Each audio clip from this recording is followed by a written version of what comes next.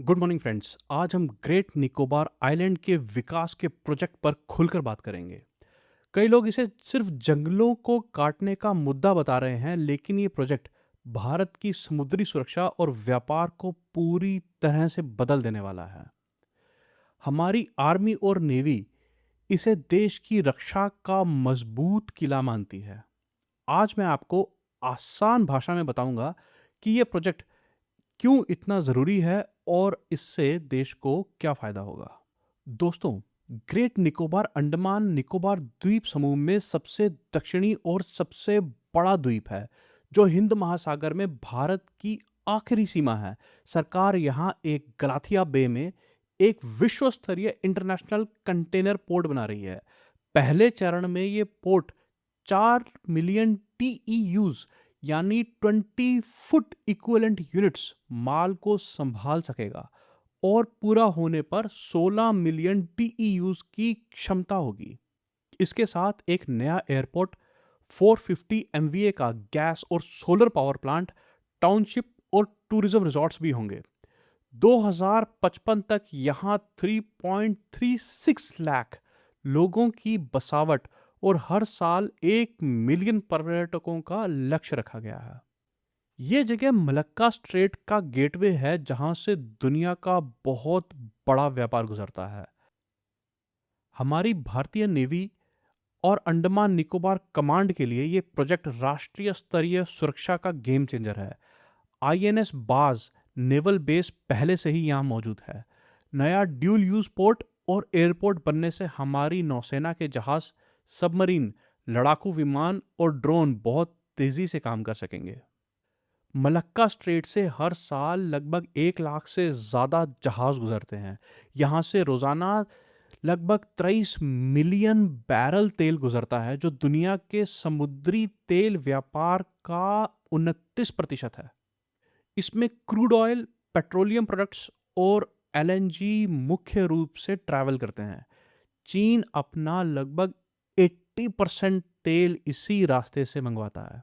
अगर सोचिए, अगर अमेरिका या कोई और बड़ी ताकत स्ट्रेट ऑफ हॉर्मुज को ब्लॉक कर दे, तो भारत का तेल आयात बुरी तरह से प्रभावित हो जाएगा।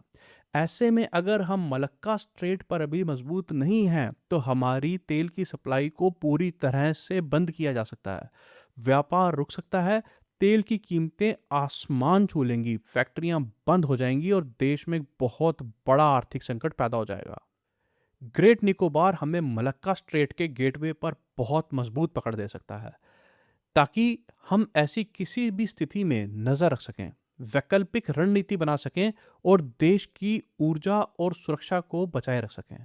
ये प्रोजेक्ट बनने से हमारी नेवी की नज़र चाइनीज जहाज़ों पर हमेशा रहेगी और रिएक्शन टाइम बहुत कम हो जाएगा। तो दोस्तों, अगर आपको मेरा वीडियोस और मेरा कंटेंट पसंद आ रहा है, तो मेरे चैनल को लाइक कीजिए और सब्सक्राइब कीजिए।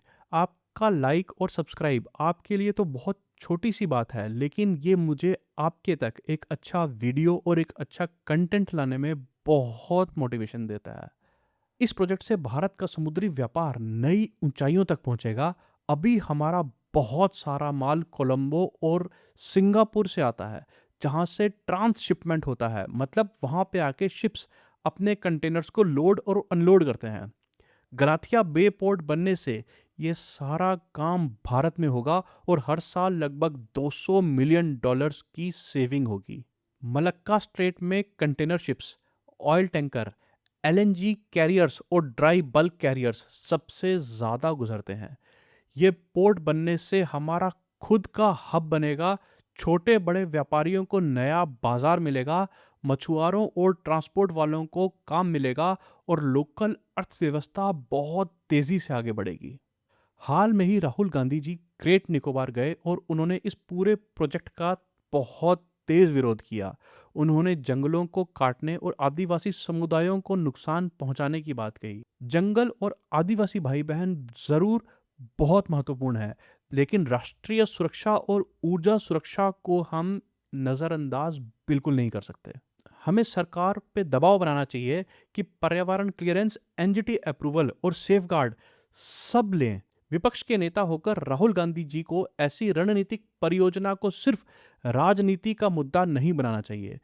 देश के हित और सुरक्षा सबसे ऊपर है। ग्रेट निकोबार प्रोजेक्ट भारत को हिंद महासागर में मजबूत बनाएगा, हमारी नेवी को नई ताकत देगा और समुद्री व्यापार को नई दिशा देगा। हमें विकास और पर्यावरण दोनों को साथ लेकर चलना है, लेकिन देश की सुरक्षा को हम किसी भी कीमत पे कमजोर नहीं होने दे सकते। हम सबको राष्ट्रीय हित का साथ देना चाहिए ताकि भारत विश्व में मजबूत बने। तो आपने मेरे वीडियो को लास्ट तक देखा, इसके लिए थैंक यू सो मच।